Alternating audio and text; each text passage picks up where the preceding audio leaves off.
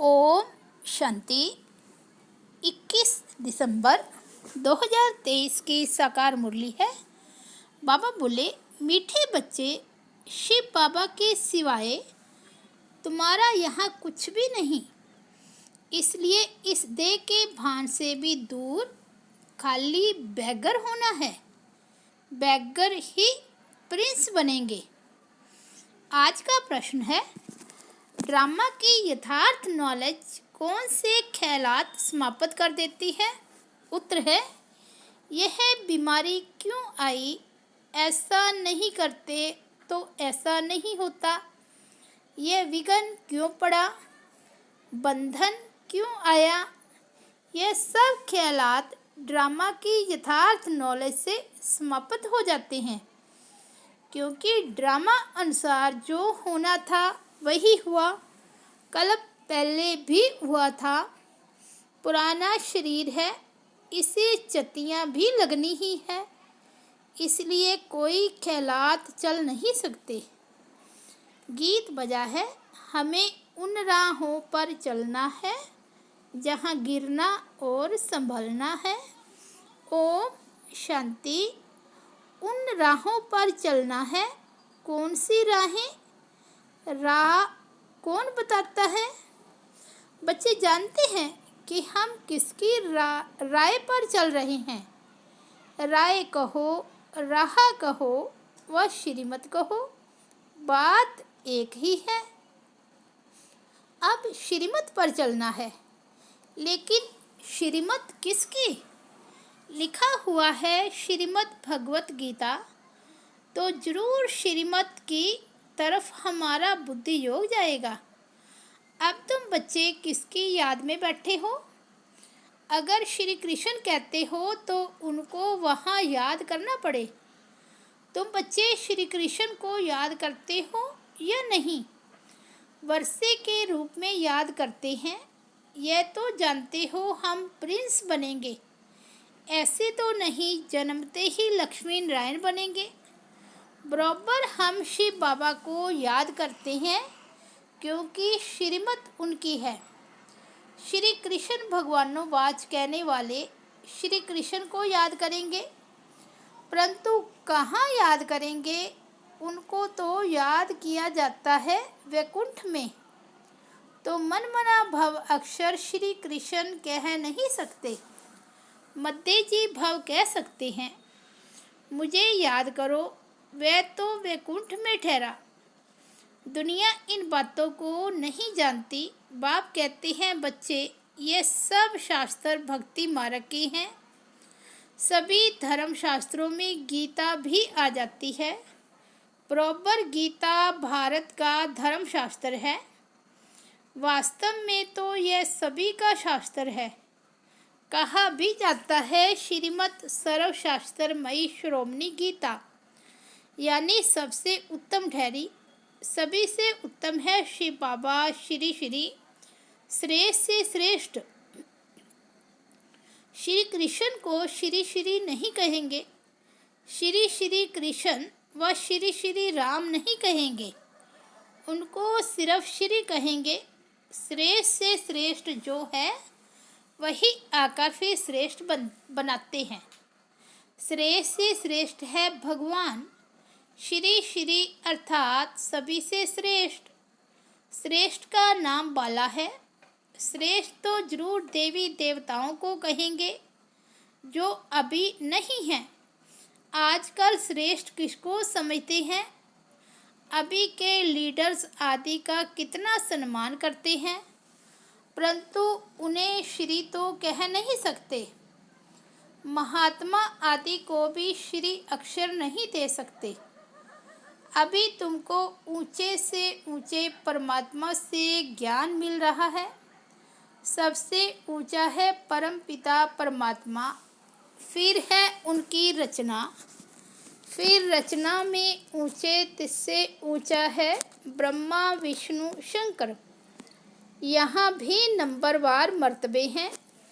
ऊंचे से ऊंचे प्रेसिडेंट, फिर प्राइम मिनिस्टर। बाप बैठ सृष्टि के आदि मध्य अंत का राज समझाते हैं। भगवान रचयिता है। रचयिता अक्षर कहने से मनुष्य पूछते हैं सृष्टि कैसे रची गई। इसलिए यह जरूर कहना पड़ता है कि त्रिमूर्ति शिव रचयिता है। वास्तव में रचयिता के बजाय रचवाने वाला कहना ठीक है। ब्रह्मा द्वारा दैवी कुल की स्थापना कराते हैं। ब्रह्मा द्वारा स्थापना किसकी? दैवी संप्रदाय की। शिव बाबा कहते हैं अभी तुम हो ब्रह्मा की ब्राह्मण संप्रदाय, वह है आसुरी संप्रदाय। तुम हो ईश्वरीय संप्रदाय, फिर दैवी संप्रदाय बनेंगे। बाप ब्रह्मा द्वारा सभी वेद शास्त्रों का सार भी समझाते हैं। मनुष्य बहुत मूंझे हुए हैं, कितना माथा मारते रहते हैं, बर्थ कंट्रोल हो। बाप कहते हैं मैं आकर भारत की यह सर्विस कर रहा हूँ। यहाँ तो है ही तमो प्रधान मनुष्य, 10-12 बच्चे पैदा करते रहते। झाड़ वृद्धि को जरूर पाना ही है, पत्ते निकलते रहेंगे, इसको कोई कंट्रोल कर ना सके। सतयुग में कंट्रोल है, एक बच्चा एक बच्ची, बस ये बातें तुम बच्चे ही समझते हो। आगे चल आते रहेंगे, समझते रहेंगे। माया भी गाया भी हुआ है अति इंद्रिय सुख, गोप गोपियों से पूछो। यहाँ जब तुम सन्मुख सुनते हो तो सुख भासता है, फिर धंधे धोरी में जाने से इतना सुख नहीं भासता है। यहाँ तुमको त्रिकालदर्शी बनाया जाता है। त्रिकालदर्शी को सवदर्शन चक्रधारी भी कहते हैं। मनुष्य कहते हैं फलाना महात्मा त्रिकालदर्शी था। तुम कहते हो वैकुंठनाथ राधे कृष्ण को भी सवदर्शन चक्र की व तीनों कालों की नॉलेज नहीं है। कृष्ण तो सभी का प्यारा सतयुग का फर्स्ट प्रिंस है, परंतु मनुष्य न समझने कारण कह देते कि तुम श्री कृष्ण को भगवान नहीं मानते इसलिए नास्तिक हो। फिर विघ्न डालते हैं, अविनाशी ज्ञान यज्ञ में विघ्न पड़ते हैं।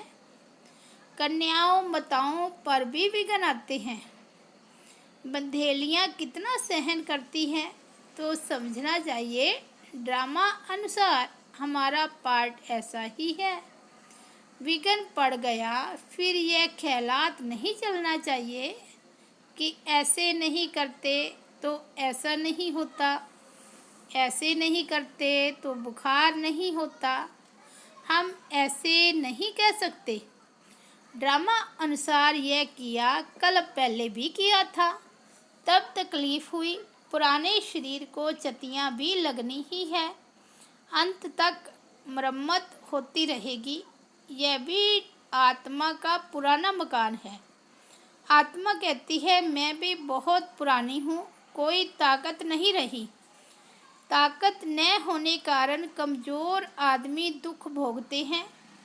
माया कमज़ोर को बहुत दुख देगी। हम भारतवासियों को बराबर माया ने बहुत कमज़ोर किया है। हम बहुत ताकत वाले थे, फिर माया ने कमज़ोर बना दिया। अब फिर उन पर जीत पाते हैं तो माया भी हमारी दुश्मन बनती है।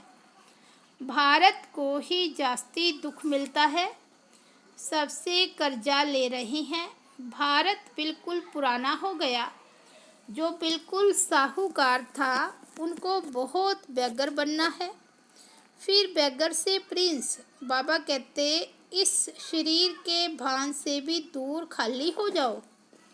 तुम्हारा यहाँ कुछ है नहीं सिवाय एक शिव बाबा, दूसरा ने कोई, तो तुमको बहुत बेगर बनना पड़े। युक्तियाँ भी बताते रहते हैं। जनक का मिसाल ग्रस्तवार में रहते कमल समान रहना है, श्रीमत पर चलना है, सब सरेंडर भी कर देना है। जनक ने सब कुछ दिया, फिर उनको कहा कि अपनी मलकियत तुम संभालो और ट्रस्टी होकर रहो। हरीशचंद्र का भी दृष्टांत है। बाप समझाते हैं, बच्चे तुम अगर बीज नहीं बोएंगे तो तुम्हारा पद कम हो जाएगा। फॉलो फादर, तुम्हारे सामने यह दादा बैठा है। बिल्कुल ही शिव बाबा और शिव शक्तियों को ट्रस्टी बनाया। शिव बाबा थोड़े ही पेड़ संभालेंगे, ये अपने पर थोड़े ही बलि चढ़ेगा। इनको माताओं पर बलि चढ़ना पड़े, माताओं को ही आगे करना है।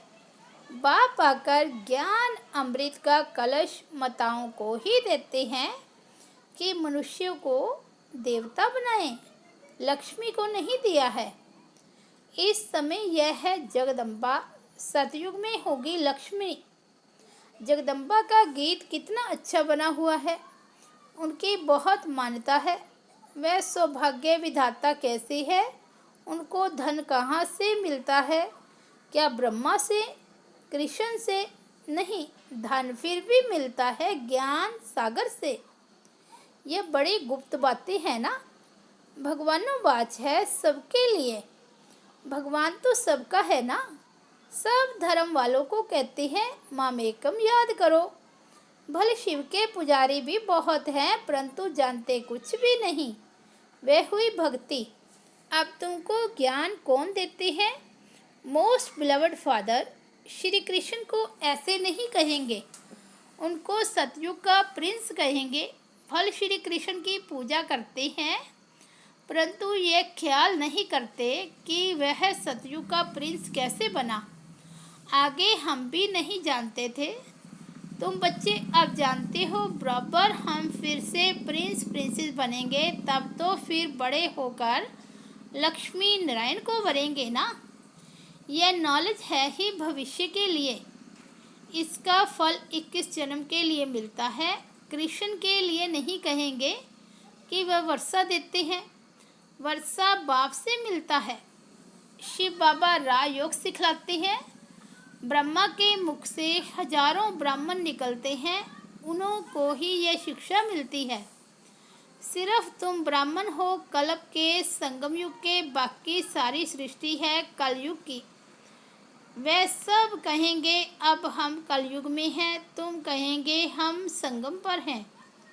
ये बातें कही है नहीं, ये नई नई बातें दिल में रखनी है। मुख्य बात है बाप और वर्षे को याद करना।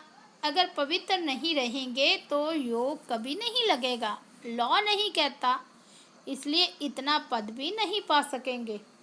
थोड़ा योग लगाने से भी स्वर्ग में तो जाएंगे। बाप कहते हैं अगर पवित्र नहीं बनेंगे तो मेरे पास आ नहीं सकेंगे। भल घर बैठे भी स्वर्ग में आ सकते हैं, अच्छा पद पा सकते हैं, परंतु तब जबकि योग में रहे, पवित्र रहे। पवित्रता बगैर योग लगेगा नहीं, माया लगाने नहीं देगी। सच्चे दिल पर साहिब राजी होगा। जो विकार में जाते रहते हैं, कहते मैं शिव बाबा को याद करता हूँ, यह तो अपनी दिल खुश करते हैं। मुख्य है पवित्रता। कहते हैं बर्थ कंट्रोल करो, बच्चे पैदा मत करो। यह तो है ही तमो प्रधान दुनिया। अभी बाबा बर्थ कंट्रोल करा रहे हैं। तो हो सभी कुमार कुमारियाँ, तो विकार की बात नहीं। यहाँ तो विष पर बच्चियों को कितना सहन करना पड़ता है। बाबा कहते हैं बहुत परहेज रखनी है। यहाँ ऐसा तो कोई नहीं होगा जो शराब पीता होगा। बाप बच्चों से पूछते हैं अगर झूठ बोलेंगे तो धर्मराज की कड़ी सज़ा भोगनी पड़ेगी। भगवान के आगे तो सच बोलना चाहिए। कोई जरा भी शराब किसी कारण से अथवा दवाई रीति से पीते हैं? कोई ने हाथ नहीं उठाया। यहाँ सच जरूर बोलना है। कोई भी भूल होती है तो फिर से लिखना चाहिए, बाबा मेरे से यह भूल हुई, माया ने थप्पड़ मार दिया। बाबा को तो बहुत लिखते भी हैं, आज हमारे में क्रोध का भूत आ गया, थप्पड़ मार दिया। आपकी तो मत है थप्पड़ नहीं मारना चाहिए। दिखलाते हैं कृष्ण को आखली से बांधा। यह तो सब झूठी बातें हैं। बच्चों को प्यार से शिक्षा देनी चाहिए, मार नहीं देनी चाहिए। भोजन बंद करना, मिठाई न देना, ऐसे सुधारना चाहिए। थप्पड़ मारना क्रोध की निशानी हो जाती है। सो भी महात्मा पर क्रोध करते हैं। छोटे बच्चे महात्मा समान होते हैं ना, इसलिए थप्पड़ नहीं मारना चाहिए। गाली भी नहीं दे सकते। ऐसा कर्म नहीं करना चाहिए जो ख्याल में आए हमने यह विकर्म किया। अगर किया तो फौरन लिखना चाहिए, बाबा हमसे यह भूल हुई, हमें क्षमा करो, आगे नहीं करेंगे। तौबा करते हैं ना। यहाँ वहाँ भी धर्मराज सजा देते हैं तो तौबा करते हैं, आगे फिर नहीं करेंगे। बाबा बहुत प्यार से कहती हैं, लाडले सपूत बच्चे, प्यारे बच्चे, कभी झूठ नहीं बोलना। कदम कदम पर राय पूछना है। तुम्हारा पैसा अब लगता है भारत को स्वर्ग बनाने में, तो कौड़ी कौड़ी हीरे समान है। ऐसे नहीं हम कोई सन्यासियों आदि को दान पुण्य करते हैं। मनुष्य हॉस्पिटल अथवा कॉलेज आदि बनाते हैं तो क्या मिलता है? कॉलेज खोलने से दूसरे जन्म में विद्या अच्छी मिलेगी। धर्मशाला बनाने से महल मिलेगा।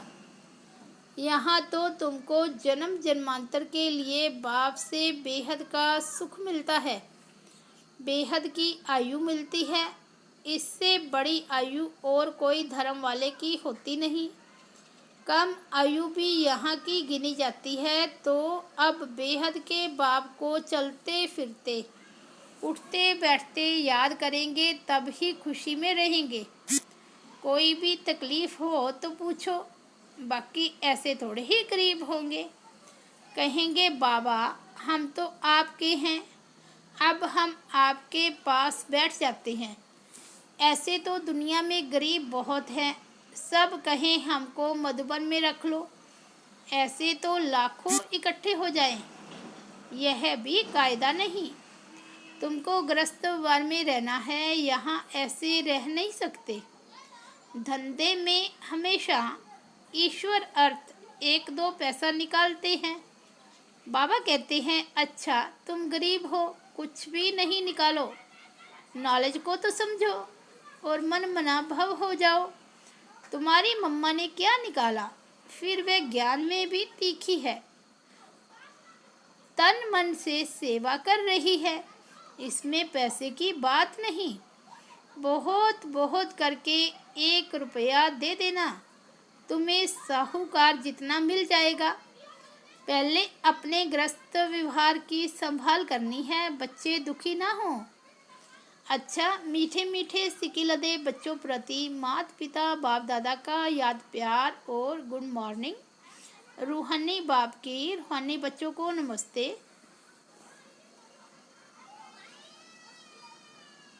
वंदे मातरम, सलाम वालेकुम, जय जय जय हो तेरी, ओम शांति। हम रूहानी बच्चों की रूहानी बाप दादा को याद प्यार, गुड मॉर्निंग, वंदे मातरम, सलाम वालेकुम, जय जय हो शिव बाबा आपकी, ओम शांति। धारणा के लिए मुख्य सार फर्स्ट पॉइंट है, ऐसा कोई कर्म नहीं करना है जिसके पीछे ख्याल चले तोबा तोबा अर्थात पश्चाताप करना पड़े। झूठ नहीं बोलना है, सच्चे बाप से सच्चा रहना है। सेकंड पॉइंट है, भारत को स्वर्ग बनाने में अपनी एक एक कौड़ी सफल करनी है। ब्रह्मा बाप समान सरेंडर हो, ट्रस्टी बनकर रहना है। वरदान है, हर आत्मा के संबंध संपर्क में आते सब प्रश्नों से पार रहने वाले सदा प्रसन्नचित भव।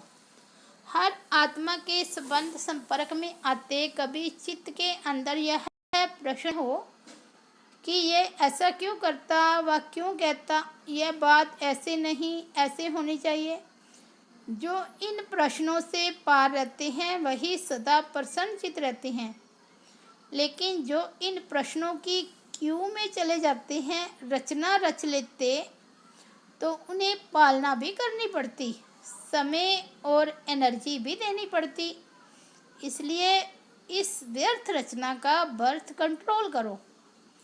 आज का स्लोगन है, अपने नयनों में बिंदु रूप बाप को समा लो, तो और कोई समा नहीं सकता। अच्छा, ओम शांति।